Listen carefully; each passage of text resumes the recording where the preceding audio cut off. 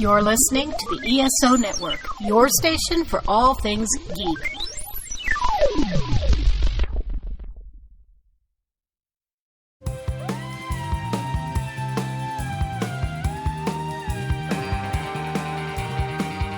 Hi, we are Enterprise Splaining, the podcast where we explain Star Trek Enterprise to each other and to you.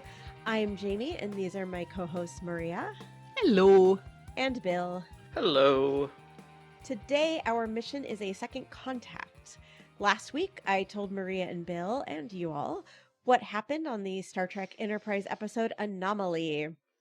They have now watched the episode and are back with their thoughts. But we strongly suggest, if this is your first time listening, you should probably go back and listen to last week's episode first, because this is kind of a continuation from last week. Before we get started, I also want to remind everybody that we have merch available through the ESO Network TeePublic store, which you can find a link to in our show notes. We have some very cute Porthos Appreciation Society shirts that we strongly recommend. Last week on Enterprise Splaining. As the Enterprise headed deeper into the expanse, the laws of physics started to get all wonky. Then the Enterprise got raided by pirates. Then they found this giant space ball of unclear origin and purpose. And finally, Archer solidified his status as a war criminal by torturing a prisoner. But he somehow still gets to remain the hero of this show, since he felt a little guilty about it afterwards. So it was all okay in the end. Mm-hmm. So, what did you guys He took think? a mulligan on the torture. There was a lot that happened here. There was a lot that happened in this episode. So my first three comments, which I think were all from the cold open, were Porthos did an woo, and it was so cute. It was so cute. So cute. And little woo. Finally, Archer paid attention to him. That's right. Archer listened to his damn dog, finally. Yeah, now if we can only get them to do that for T'Pol. At first, he sort of he looked over and he looked around, and then he went back to his work, and then Porthos really had to be like, oh, woo, woo, hey, woo. Hey. Then when I think the anomaly started in the cold open, when they just started flying around the ship. There was the one dude who flew backwards. He was so good. Props to that guy. He did a really good job of looking shocked. It was almost like they didn't tell him it was going to happen. Yeah, when the ground was had the wave, it was so funny watching it with the camera work, the way the camera followed the wave, and then it would just hit people and they would just go flying. It was amazing. Yeah, it was very well done. And then the final thing I had is, what is up with Scott Bakula's hair in this episode? It's so weird. He has this. It's like he cut his bangs himself, and they were too short. I drew a picture. You want to see my picture of his? Yeah, wait. That's what he looked like. You need to take a picture of that and I'll put take a picture of it in the show notes. He looked like a Canadian from South Park. So my feeling about what they were trying to do with that is, in addition to setting up the spaciness of this, is that feeling they're taking the idea of the rules no longer apply and making it literal. We are in a world that we do not understand what is going on here.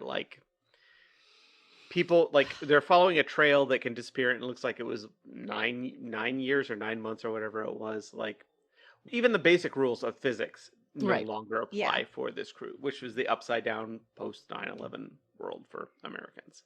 Yeah. So, yeah. I really liked the scene with Trip talking to Archer when he's the rules of physics just aren't working. Yeah. And because I liked it, because I was thinking about if you built even just a car, and now suddenly a bunch of the rules of physics have changed. Gravity doesn't work, right? Yeah. Or is just different than it was or something. Suddenly this thing that you built no longer works. It's sort of like how engineers have to re-engineer everything for the space station, because when you're in we build everything with 1G gravity thinking that's where it's going to work, and then you get up into the space station and suddenly your toilet is broken, your toilet is not going to work without regular amounts of gravity. So they have to like re-engineer stuff. That's kind of like what I was thinking about. It's sort of like suddenly they have to re-engineer everything.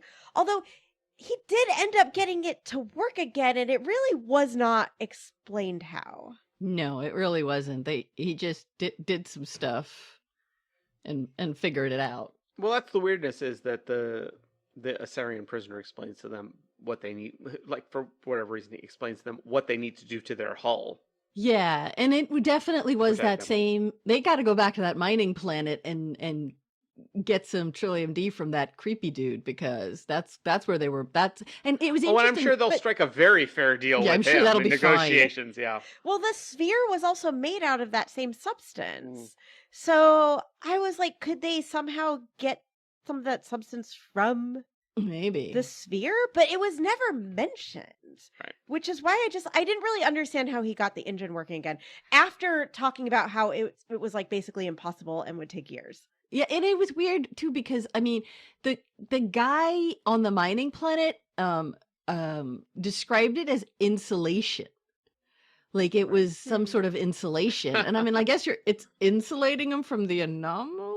It was real weird. It's all very, I mean, I'm sure that since they've mentioned it now in 2 episodes, I'm sure that that's Right. going to be their solution to the anomaly issue, is that they go somewhere and get the hull jiggered with the Trillium D, but I guess we'll see. Jamie, the scene with in the locker room with the, Yeah. with the Let's talk lady. about that. Yeah. Oh, I just want to say too, Eric overheard me doing the episode, and afterwards he was like, "Sexy scale, you didn't mention the locker room scene," and I was so mad at myself. I was like, nothing sexy in note, but man, guys, that locker scene. The locker room scene. They look great. Yep. I do want to say, in terms of that scene, like, I understand the Enterprise crew has at this point been in deep space for 2 years. They have been further in space than any human being has ever been. Nonetheless, having lived with these assholes for 2 years, I think it's hilarious that they are flexing on military guys. Like, have you ever worked in space boots? Space boots? Well, you need to watch out for this. Like, motherfucker, I've seen you fall on your face 18 I will say that I know, Jamie, you had said that he singled out the woman in that scene. Yeah. And he did vocally, but when you look at that scene, he actually turns to the other guy and asks, like nods his head and basically asking the same question without saying it. And the other two guys, and they both answer. Like, simulation only, but she's actually done it. So. Right. It's wild though that this like special ops group, like military group, space military group, has never even been in space, and like, well, they you haven't would think, like, I understand, but like simulations make sense, but they can send these guys up into low Earth orbit to have them use like grav boots for real in actual training. Like, I was just kind of shocked that they had never done that. Yeah, I agree. I think it was sort of weird, and maybe that No. I mean, on the one hand, I guess they were maybe trying to say they were green, but I think that guy was like the head of the military guys. Like, I don't think he was like an ensign or anything. No, you guys are missing the group. The Earth government is holding the best. It's like the Enterprise thing. They're holding the best people back for the second mission. These guys are gonna fuck up. Yeah. So let's wait and Well, hold yeah, back. they're all gonna get like their skin turned inside out or whatever. Yeah, So they didn't exactly. want to send their best guys. Yeah, that's fair. That's fair. Who can we spare? And I can understand, like, they're not really at war with anyone. So I can understand if the question had been about, like, have you ever been in actual combat, right? Like, that's a thing where you would not be able to train outside of simulations. Right. But just using grav boots, that just feels like something that you should be able to be actual trained on for real before actually heading out into deep space. Yeah. Get on a shuttlecraft and go walk around it or something. Like, it's fine. They asked for volunteers for this mission. Who wants to go on the Enterprise?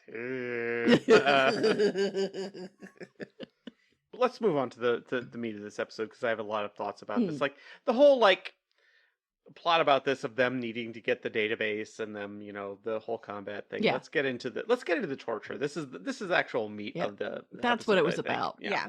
Yeah. First of all, that Osarian dude Yeah. was cool as a fucking cucumber. I know. I know. Like he was just like, I don't give a shit about you, whatever. And Well- even after he panicked when he was actually being tortured, but even Right. after that, he was like, you're still a jackass, right? Well, Like, that's the thing I want to talk about. This is in terms of whether Archer should or should not have done this, which I have thoughts on. Which we can talk about this in terms of Star Trek. right. In terms of storytelling for this particular show, they are announcing a tone shift. Like Yeah. this, the Osarian is essentially laying out to Archer what the stakes The are. It's new like, rules are. the new rules are: we are not warriors, we are merchants. We got out here and we cannot get back. And unless we turn to piracy, we are going to starve to death. And he is taunting Archer with the idea of, you're too soft. You're not going to make it out here. Which is setting the tone, I think, for this season. I was also, this is a little bit of a tactical thing, but I was confused by that. So does that mean they're going to have the same problem trying to get out of the Expanse? Yeah, I was think wondering so. that too. Yeah. Because, like, nobody on the Enterprise seemed that concerned Not about at that. all. Like, Right. T'Pol kept saying we should Well- turn around and go back, and Archer was like, no, we're going to go further in. But, like, they already have a reason why they can't go back. So I feel like it would have made more sense. Like, Archer could have answered and been like, well, we found out from these other people that we can't actually turn back. It won't work, which Yeah. means our We only have to go choice is to forward. go Yeah. for it. I think Further in. it's sort of the idea that this is a suicide mission or a do or die mission. Either they are going to stop the Xindi or the Xindi are going to destroy Earth. Like, there is not. They don't even know if they're heading in the right direction. Well, and that's also their warp engine was down. Well, Them being the last best hope for humanity is real worrying, man. that gets into the desperation for Archer is that they quote unquote know, because the Suliban again told them that the Xindi are creating this super weapon. They Right. have X amount of supplies. They have no allies in the Expanse. They don't know who the Xindi are. They don't know where the Xindi are. So he's in a complete desperate situation to find out, because he only gets really bloodthirsty when he finds out that the Asarians attacked a Xindi ship and stole their database. Yeah. And that's where Yeah. it I mean, flips. it was really ridiculous. So can we talk about the torture scene, because Yeah. it was so dumb. No, I'm They- sorry. We can. I'm sorry. I've checked my notes. We I cannot mean, are talk we about ready this. to do that? yeah, let's talk about it. I just thought it was his logic was so dumb. Like, oh, you guys attacked a Xindi, therefore you must have detailed information, you individual person on the ship who happened to be in the crew. And the guy was like, I don't even know these assholes. Like, I know nothing about Well, it. no, they found out that they had a Xindi database. When did that happen? Because that was the whole point of. After. Okay. So it was, so that's the thing. Oh, it was when is- they got to the spear. Okay, the sphere. No, sorry. it was after the torture. It was Right. that's what they learned from the torture. Ah. That was was that what they they had the learned. Xindi Okay. database. Mm. So So I guess that did work. From the technically. sphere, they discovered that the sphere data showed them that those pirates had attacked a Xindi ship 2 weeks Ah. prior, but nothing else. So they had no idea if this guy knew anything useful at all. And like it was funny because after watching the episode, like the following day, me and Eric were out for dinner and we were talking about the episode, and I thought that it was like they learned that first and then he was trying to get like the access codes. Right. Mhm. And even Eric was like, oh yeah, it was because he was trying to get the access codes. But then when I watched the episode a second time to write up the explainer, I realized like that Mm. all happens after. Hmm. When he is doing the torture, Archer does not even have a specific question. He just keeps yelling, the Xindi, Right. the Xindi, tell me the Xindi. Right. He doesn't even ask a question to this man. He's not asking, where's your ship? Because they're already like past that. Right. He's not asking, tell me the access code so we can get this Zindi database that you downloaded, because he doesn't know about it yet. Right. He does not even know if this man has any useful information at all. He is just yelling the Zindi at him and torturing him. Right. And again, this man is not a Zindi or Right. aligned with the Zindi or with anybody who attacked Earth. This guy knows nothing about any of that. It's not like he is part of this terrorist organization that attacked Earth. Right. He's just like a guy that maybe But- came in contact with someone of the same species as some of the people who maybe attacked Earth. But he was also part of the pirate organization that stole all of their supplies, and they're probably going to Yeah, die like, he in wasn't 10 a- weeks if they don't get this back. So Yeah, no, at that point he already had the supplies back. Yeah. Yeah, they had gone to the sphere already, and they'd gotten their supplies and food back, and all the supplies, they got it back already. Mhm. They no longer needed to find the pirate ship, and then they tortured him. It's interesting what they're doing with him. I think this is intentional, is that he's This- just like, I have to do something.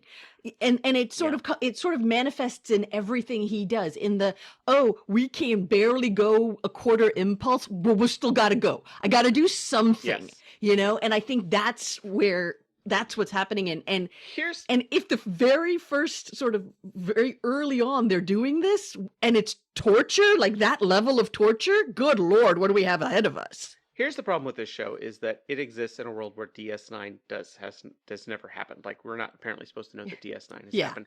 This show needs a Garrick. This show needs Yeah. a devil Yeah.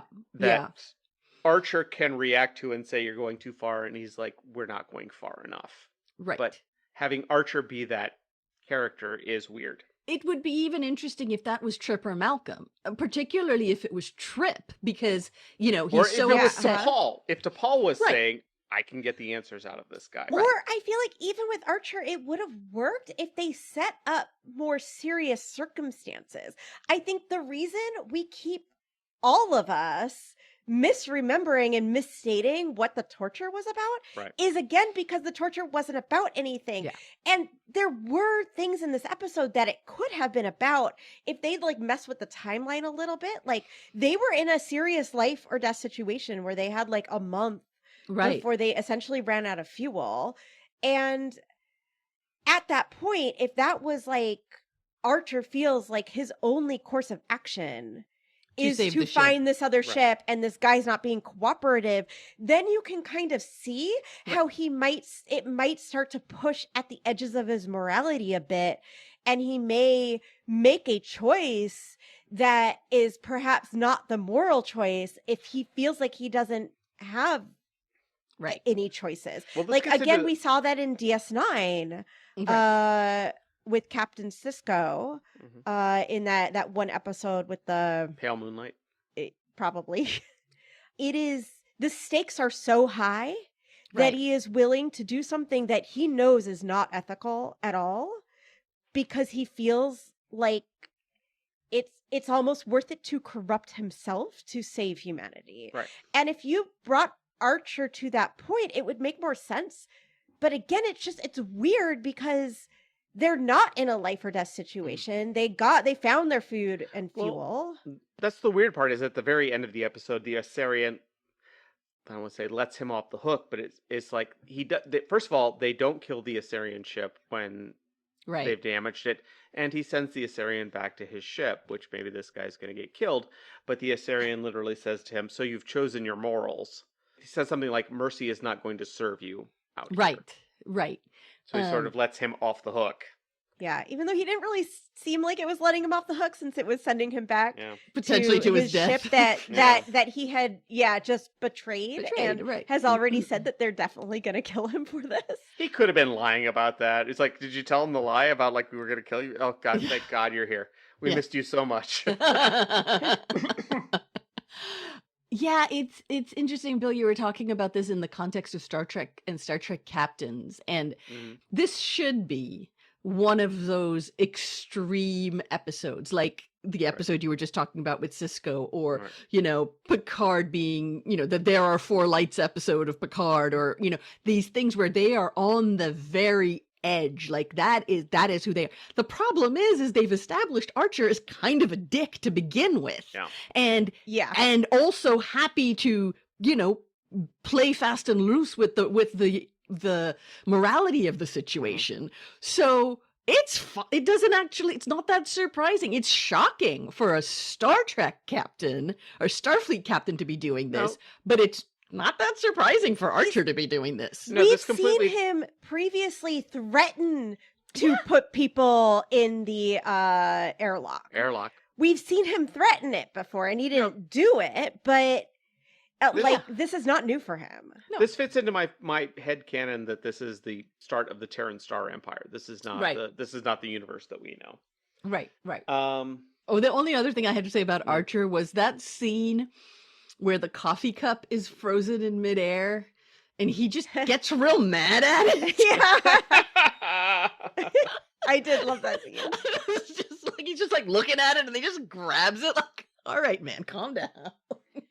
Well, this is the problem. Okay, sorry, I have one final note about this. Is the problem with setting this show in the past is that we know the Earth is okay.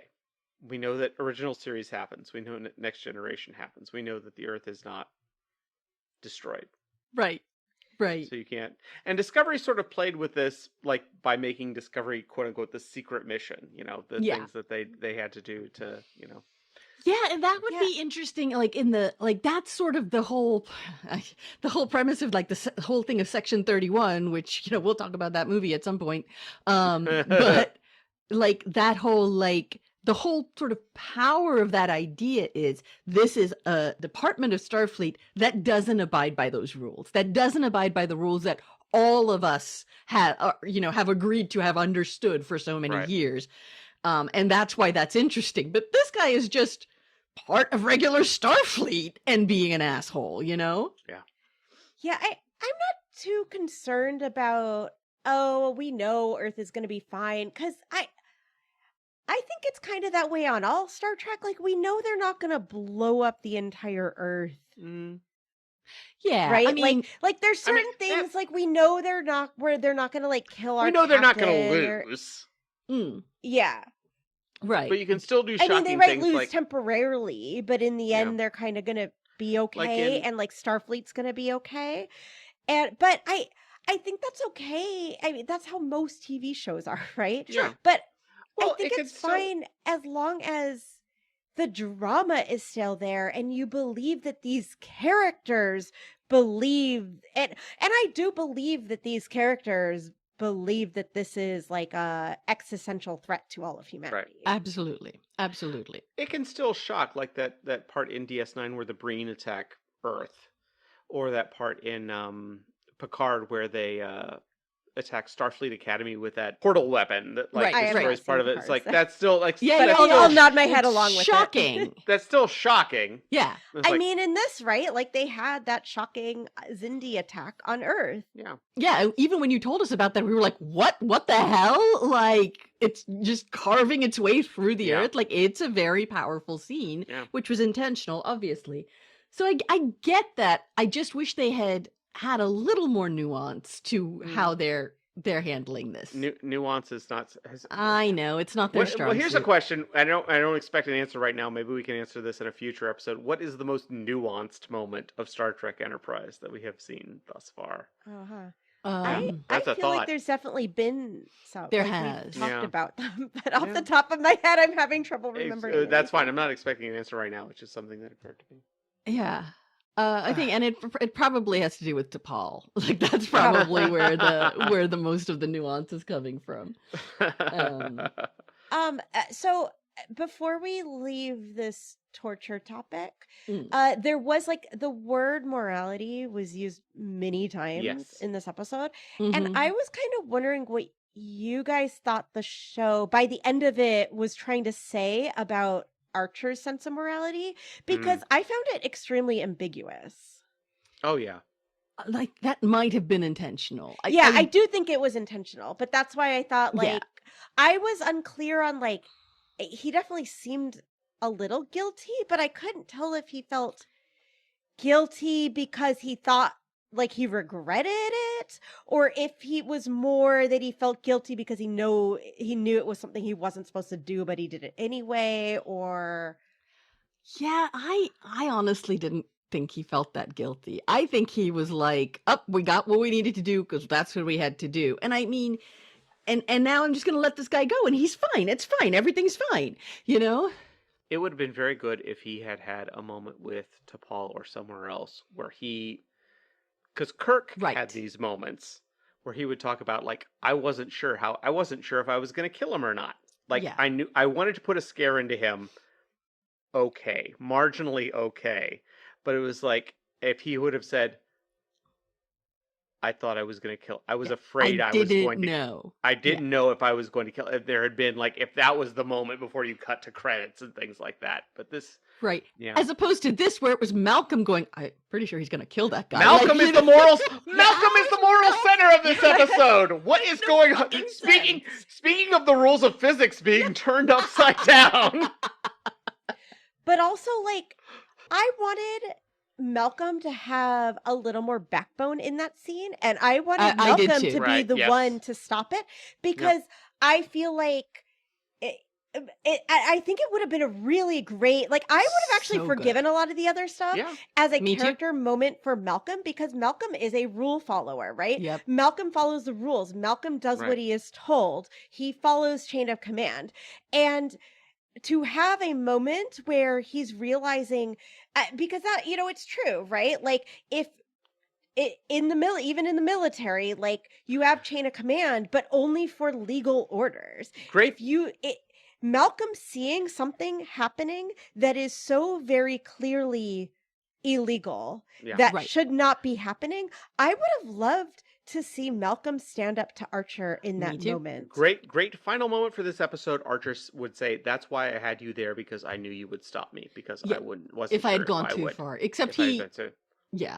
No, I'm with you. Absolutely. That would Yeah. have been, a really But powerful this message. was post 9/11, and we were not dealing with that. Again, this is the problem with DS9, dealt with all of this shit in a much, much better way. I mean, it's a good thing that, none of this is really relevant to today, or, No. illegal orders and It's stuff. great That that- just doesn't happen anymore. So I think, it's hard for us to fair. understand. Yeah. So on Blue Sky, one of our followers, Chanda Prescott Weinstein, replied to something we posted the other day and said that John Billingsley talks about this episode, among others, at conventions because he feels a lot of shame about how they fucked up on torture. Oh. Interesting. Yeah, I was gonna look it up, but then I was like worried that there would be spoilers. Yeah, it's tough. So I It's tough. didn't look it up, but I'm not surprised by that. I do feel like this is something that in the moment at that post 9/11 time, even if like he felt a little uncomfortable about it, it was so in the air, and it Right. was something that Yeah. was just being talked about, happening everywhere, that I Yeah. do feel like it may have been something that even if you felt uncomfortable, you would have just gone along with. Especially because, like, we talked about how, like, post 9/11, like, if Yeah. you said anything negative about, like, the U.S. government or something, like, people were just, like, on you about it. Everything that was bad was terrorism. Yep. Yeah, so I could see in the moment not really wanting to like speak up on set. Also, John Billingsley barely in this episode. We've already heard that they like film his scene separately, Yeah. so he was probably not even on set this day. But the fact that like years later he still feels shame about it, I'm really not surprised. Yeah. Um, But speaking of him, I love that Leech's scene. Oh my God, I laughed so The hard at those leeches. like all right, trip. let's get into something more lighthearted to end this. Yes, please. To end this second content. The Trip into Paul stuff. We've talked the jokes before about like the jokes about the last decon scene. The Right. joke is that nobody wants to fuck T'Pol. The fact that Trip says, I don't have an extra hour to spend with T'Pol at night. Yeah. Yeah. He does not want to be around T'Pol in both of their underwears. Yeah. Oh no, that would be so terrible. Oh no, the horror. Yeah, but I mean, that was obviously not true, right? It was because he's uncomfortable. I mean, if he's getting 1 hour of sleep a night because he can't sleep, like it's not like he doesn't have time. Yeah, but and he needs to. God, But I understand why he feels uncomfortable. I do too. I do too, but I've also had terrible insomnia for many, many years, and I would do whatever. Whatever. You want me to take my clothes off in front of a coworker? Fine. If I can get a good night's sleep, I'll do it.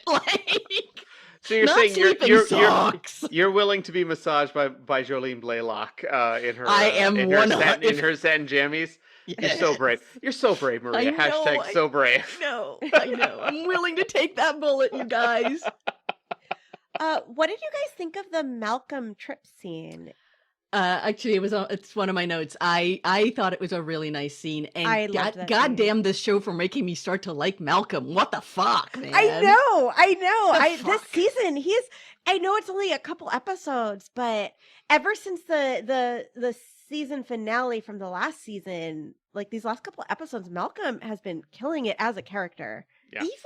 Honestly, I was thinking about it. Even the scene, I don't remember how far back that was in season 2, but the T'Pol Ponfar horror show,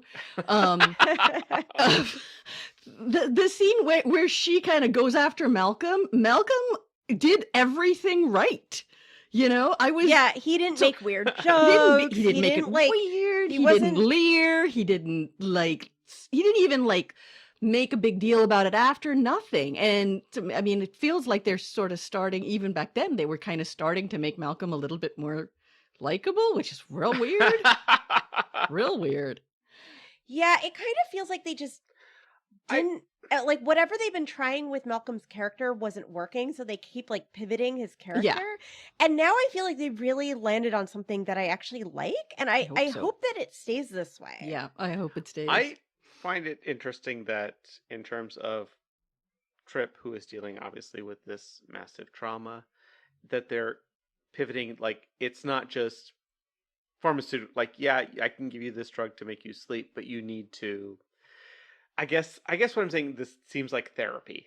This seems like meditation, this seems like self-reflection, this is going to help you to process this trauma rather than just feel anger for 23 hours and then go into a drug-induced sleep for 1 hour. Yeah, he still needs therapy, though. He needs actual talk therapy, guys. But there's no counselor. If only there was a psychiatrist on the ship. I mean, we know that says that, and so we know that Phlox has a psychiatry degree, right, but we have not seen anyone do a therapy session with him or anything like that. We haven't seen somebody go up and say, "Hey, can we do a counseling grief session?" No, none of that. And Trip needs this. Mm-hmm. Yeah. And it's not like TNG had this, right? We had Obviously. this in TNG, and so we're now over a decade later, and I'm like, where is our mental health professional on this ship? Well, but to be fair, where was the mental health professional we're 20 years Deep Space later, Nine? but we're 100 years earlier. Yeah. And if this show is the 50s, 60s equivalent of granted, Star Trek, oh God, it's so weird to talk about the temporality of this show. It's nobody talked about their problems in the 50s. Certainly men did not talk about their problems in the 50s and 60s. So yeah, but that's why I thought it was so interesting on TNG that they had a ship right. They counselor. start out with a counselor. Yeah, and that's a big part of the show. Yes, I don't feel absolutely. like they necessarily did as much with it as I would have liked, but I liked that it was there. Yeah. I actually, when I watched Deep Space Nine, I was often saying, where's the counselor? Where is the therapist? Same with Voyager. There was they had those. They were the religious on people. Unfortunately, the religion was based on being the biggest asshole on the planet, which was how you climbed the hierarchy. I swear, every time I learn a new thing about Voyager, Voyager has weird religious people? No, he's talking about Deep Space Nine. Oh, Deep Space Nine. Okay, DS9, the religion, the. Yeah, I don't know if that's really. That wasn't counseling. It is kind of people counseling. were nuts. I'm feeling will guilty about the say- war. You need to hate the Cardassians even more. Well, now you're the Pope. Here you go. A lot of counseling is religious-based, right? Like, a lot of Yes. people who don't feel Exactly. comfortable That going is- to a therapist go to religious counseling. How good that counseling is, Yeah, like I know can be questionable, but yeah, I still feel like they needed like a science-based therapist on Deep Space Nine. they 100% did, and they certainly need it here. And you know, it's interesting because it's almost like they're sort of making T'Pol that person for Trip. She's sort of now responsible for his mental health in some way because of this. And yeah, she's done this with like Hoshi, where she's sort of tried to help her with meditation. Yes, she did. Yeah. Okay, hold on. I need a minute. Hold on, let me think about that for a second. Okay. Which, whatever happened with that relationship? They were setting up a good relationship between T'Pol and Hoshi, and then I feel like it was dropped. Yeah, I mean, I think it's sort of like what you were saying, Jamie. They keep pivoting because initially they were setting up T'Pol and Hoshi as like rivals and like catfighty and sniping at one another. It seemed like they were doing that specifically so they could like do like an enemies to friends storyline, which I kind of I don't know if it was done well, but I did Sure, kind of but I would like have been where it fine with ended it. up. Right. But then they were just like, okay, well now we finished that, we're done, and we never like the two of them have never spoken again. Yeah, and they're like, okay, that's enough of the ladies talking. Let's do something with the men. Wait a minute. There are two women talking to each other in this scene? Hold on. That's a problem. Some very small, funny things. The graphics on the computer screen that were like I know. 1984 At the very end. Atari Right. graphics. Were Yeah, wait, so Are you bad. talking about the very end when he's like opens up the Zindi database? He's like, Well, let me there's- see the Zindi database, and it's And just it's- like lines and lights everywhere, and then planets Giant flashing brain. and periodically brains. Yeah, so that was one, but there was like a How- scene where they're trying to get the Zindi database and they're trying to get close yeah, and yeah, they yeah. look Oh, at yeah. it and they've got like a path and it's literally like Yeah. dot matrix, like written like line based. It was so bad. How great would it be if he had told the computer to open up the Zindi database and you literally hear the AOL startup chime? or the Windows ba-bong. But Maria, you made a joke about how it was like they had to like get it's like trying to get the Wi-Fi signal. Like Yeah. that was 100% Yes, what That's it was exactly like. what it was. It was like Yes. they were trying to like hop.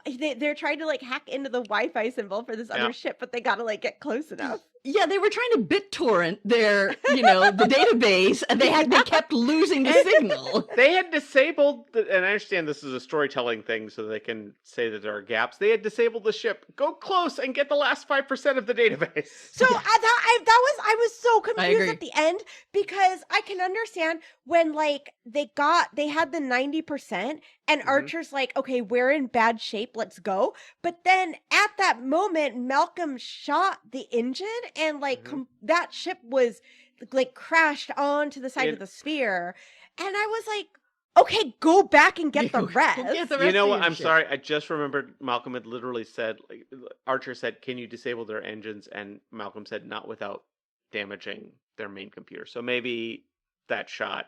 Oh, okay, damage the main computer. Yeah. Right, so then they couldn't get So then they any more. couldn't. It's just, Oh, again, so it's that just, might make it's just a storytelling tool. So, like, Yeah, the last yeah, five, yeah, like, we don't yeah. have the last 5%. Yeah, I wonder Yeah. if there's going to be anything important in Oh, that last 100%. 5%, like maybe the coordinates of the home world, of the Yeah, new there's home gonna world be or whatever. something. Yeah. But I had not realized that there was a line that explained that. So thank you, Bill, because I Yeah, thought they it did. was Actually, a never asked, I never literally answered, was but just it rewatching was it asked before we and recorded answered. here. Yeah. The only other thing I had was when they're in the sphere and they're going Mhm. through all of the cargo and looking for their shit. Mm-hmm. All right.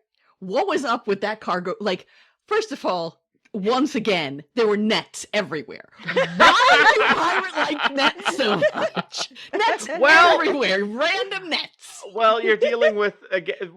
Sorry, I hate to defend this show, but you're dealing with physics where things can just start flailing around everywhere. So we're gonna strap shit down pretty securely.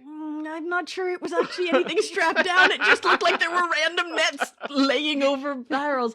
And then there was a scene where Archer gets angry and he just knocks over a giant ball. Like a huge yoga ball looking thing. Like for no reason at all. He's just like, bam, I'm done with this. I laughed so hard. Jamie, when you described the Osarian, you were talking about the side of his face that looks kind of melty. Yeah. And how cool that looked. And I agree, it looked very cool. But that's not what they look like normally. That was damage from the Anomaly. Oh my gosh. I did not that. realize that. Yeah, I think there was a line in there about it. So he's like, because he's like, yeah, things can happen to you. And he points to his face. Like, that was not normal. Like, I can't believe I missed that. Got face melted. That's so creepy. Yeah. Oh, that the Anomaly, like we saw the Anomaly. I didn't really think about it, but yeah, if the Anomaly can do like make the floor be like a wave, it could presumably make your body or your face wavy. That is so creepy. Yeah, I thought that was a cool little moment there. Any final thoughts? As it'll be interesting to see how that storyline goes, I'm sure. But I don't know. I'm also, there's part of me that's also like, okay, now I would like to, as per usual for me, like, okay, can we get a little bit more information about what's, like, every episode should have a little bit more. Yeah. They should learn a little bit. And I guess they do a little tiny bit, but they don't tell us what it is. Like they have the database, great. So what does that actually mean? It still bugs me that there's no dedicated people in the command center. Oh, like, yes. analyzing the data. Like Absolutely. There should be an analyst. There should be some smart person with glasses. Also, like, they got the Zindi data. A cute young person with glasses, like analyzing the data. But That's Bill, all we need is Archer looking at it with a brain, space brain, with the space brain reflected on his face. Yeah, I did think it was interesting because they got the Zindi data, it went through this whole thing, and then apparently nobody looked at it yet until it didn't seem like it was right away. It seemed like it was a while later that Archer's like, okay, let's like boot up this Zindi database. Yeah, plug in that hard drive. I don't like, and yeah, I'm with you. Like, why were there not a dozen analysts immediately looking at that data? Right. As soon as they got it, even when it was 10%, there should have been, like, this is the level of desperation they're at. They should have been on that shit. Oh, well. I still don't understand what their plan is once they find the Zindi that were responsible for this attack. Blow them up. They're one ship. They're going to blow them up. No, that's all. Well, I mean, in fairness, they are, God help us, the best ship that Earth has. They're the most advanced ship that Earth has. But the Zindi clearly have technology that's far beyond anything that Earth has. So, like, you're right. What the fuck are they going to do? Yeah. Because I mean, just the probe alone was pretty. But the probe, they got the information from the future to build it. So we don't know how much other information they're getting from the future. Yeah. So they may not have that advanced. I don't know. We'll find out. We don't know. Yeah. Again, we don't know. They're still playing the mystery box card. Mm-hmm. All right. So with that, we can move on to our Mammary Alpha segment, which is the segment where we talk about a weird or funny page that I found on Mammary Alpha. So in this episode, in Anomaly, we had our first crew member death. Mm-hmm. Yes. Yeah. Poor Crewman Fuller died. So it made me a little bit curious as to whether we'd ever seen Crewman Fuller before, if Crewman Fuller has ever been mentioned before. So, of course, I went over to Mammary Alpha to look them up. But when I searched for Crewman Fuller on Mammary Alpha, instead of one page, there were two. Oh. It was Crewman Fuller male and Crewman Fuller female. Oh. And I was like, okay. So the first mention of Crewman Fuller on Enterprise was apparently all the way back in Shockwave Part 2. Do you guys remember when Archer went to T'Pol's quarters like in the middle of the night? Yes. Is this the crewman Fuller who is quite discreet about Yep, yes? exactly. Okay. When Archer was like, I Ah. think Crewman Fuller saw me come over here, which is weird because he was just like going to chat with T'Pol. Right. He made it sound like they were like doing something illicit. And then T'Pol told Assignations. him she tends to be discreet. Ooh. So her pronouns for this Crewman Fuller. The next time Crewman Fuller was mentioned was just a couple episodes ago in The Expanse. T'Pol said that Crewman Fuller informed her that someone had ordered 200 snow beetles to be loaded onto the ship. Right. Okay. But notably did not use any pronouns. Right. And then in this episode, a Crewman Fuller dies, and they refer to him a couple times as with he, him pronouns. Oh. So Mammary Alpha seems to imply that these must be two Crewman Fullers, that there were two Crewman Fullers on the Enterprise, a male Crewman Fuller and a female Crewman Fuller. Okay. But in my headcanon, I think that Crewman Fuller is a trans man who transitions. It's been like over a year since Shockwave Part 2. And then they immediately killed him.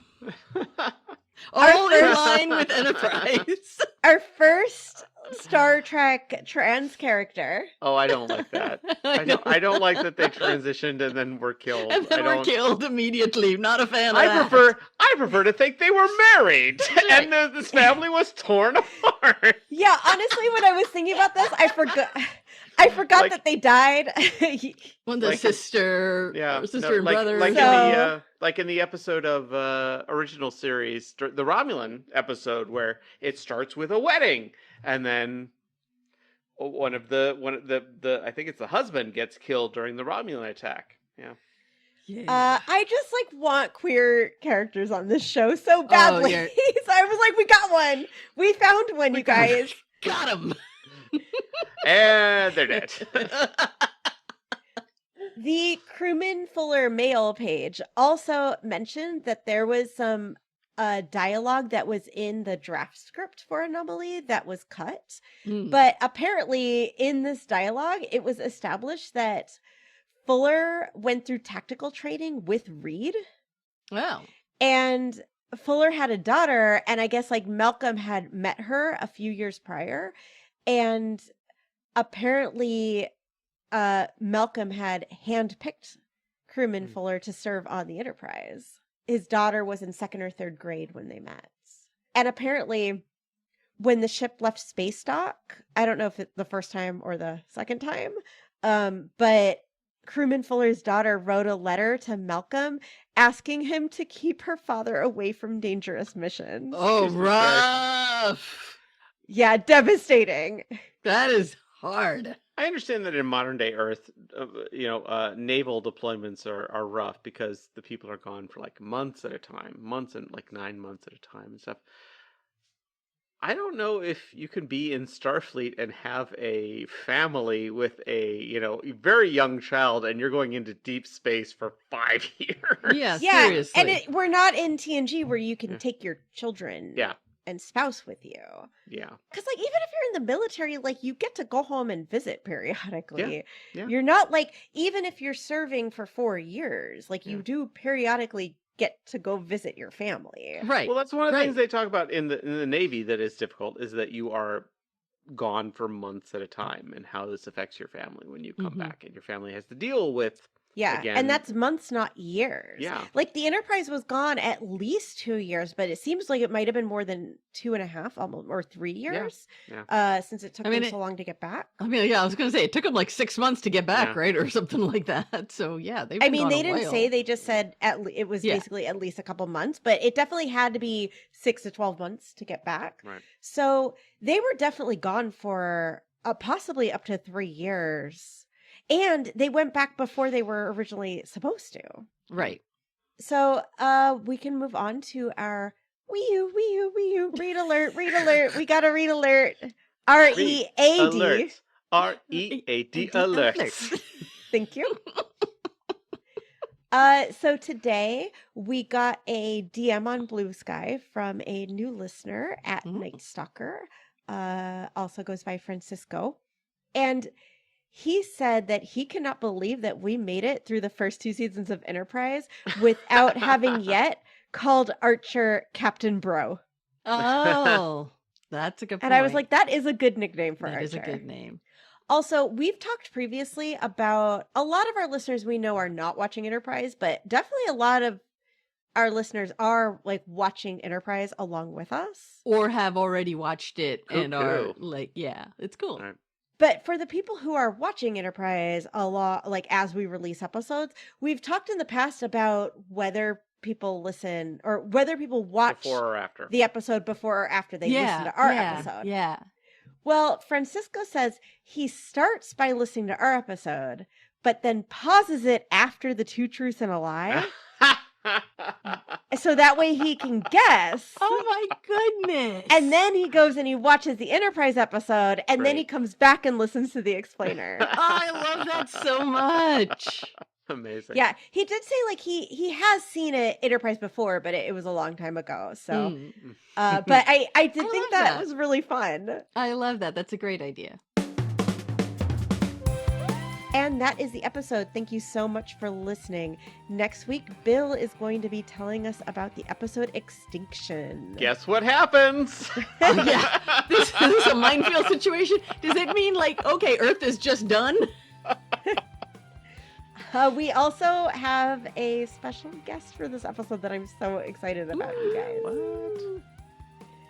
Special thanks to our producer, K.O. Myers at Particulate Media, to our friend David for our beautiful cover art, and to John Stephen King for being the voice of our computer. And if you liked the show, please rate, review, and subscribe on your podcast app of choice and tell your friends about it. We truly just appreciate it so much. You can follow us on Instagram and Facebook as @EnterpriseSplaining or on Blue Sky as @EnterpriseSplain. You can also email us any comments or questions such as, what would your excuse be to get out of doing neurostimulation therapy with T'Pol? To enterprisesplaining@gmail.com. We would love to hear from you. If you want to support this podcast, you can find us at Buy Me a Coffee as Enterprise Splaining. We will see you next week. Bye. Bye.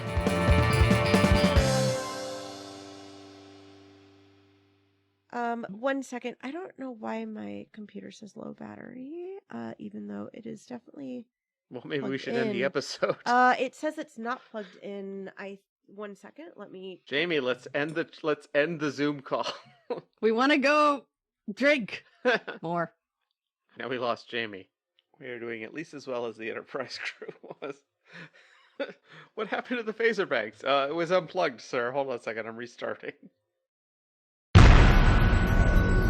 This has been a broadcast of the ESO Network. Be part of the crew and help support our shows by donating to our ESO Patreon or by shopping at the TeePublic store, which can all be found at www.esonetwork.com. The ESO Network, your station for all things geek.